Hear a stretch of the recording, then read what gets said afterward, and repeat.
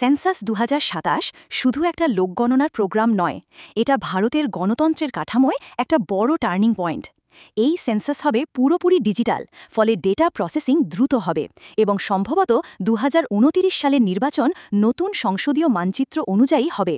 Article ৮১ অনুযায়ী প্রথমবারের মতো ২০২৬-এর পরবর্তী সেন্সাসের ডেটা ব্যবহার করে ডিলিমিটেশন বা আসন পুনর্বণ্টন হবে, যা উত্তর ও মধ্য ভারতের রাজনৈতিক ক্ষমতা বাড়াতে পারে এবং দক্ষিণ ও পশ্চিম ভারতের রাজনৈতিক প্রতিনিধিত্ব কমাতে পারে, যদিও এই অঞ্চলগুলো অর্থনৈতিকভাবে বেশি উন্নত এবং জন্মহার কম। এটা একটা ফেডারাল টেনশন তৈরি করছে, মোর ট্যাক্স লেস সিটস বোধ থেকে।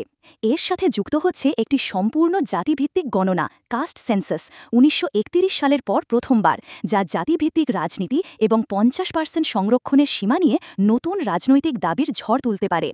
নারী সংরক্ষণের নতুন আসন বিভাজন, ১/৩ সংসদ ও বিধানসভা আসন এবং সাইমালটেনিয়াস ইলেকশন, একসঙ্গে কেন্দ্র ও রাজ্যের ভোট চালুর উদ্যোগ, সব মিলিয়ে গণতন্ত্রের কাঠামোতে আমূল পরিবর্তন আনার সম্ভাবনা।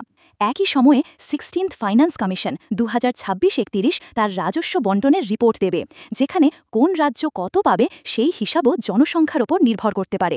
ইতিমধ্যে সাউদার্ন স্টেটস এই ভিত্তিতে অসন্তোষ প্রকাশ করেছে, কারণ তারা উন্নত হওয়ায় জন্মহার কম এবং ট্যাক্স বেশি দেয়, অথচ রাজনৈতিক ও অর্থনৈতিক ক্ষমতা হারাতে বসেছে।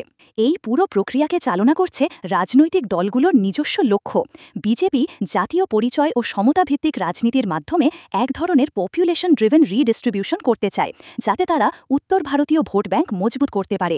পাশাপাশি জেন্ডার ও কাস্টকে জাতীয় স্তরে আলোচনার মধ্যে এনে বিজেপি আসন বণ্টনের বিতর্ককে রাজ্য বনাম রাজ্য বিতর্ক থেকে সরিয়ে পরিচয়ভিত্তিক নতুন ভোট ব্যাংক তৈরি করতে চায়।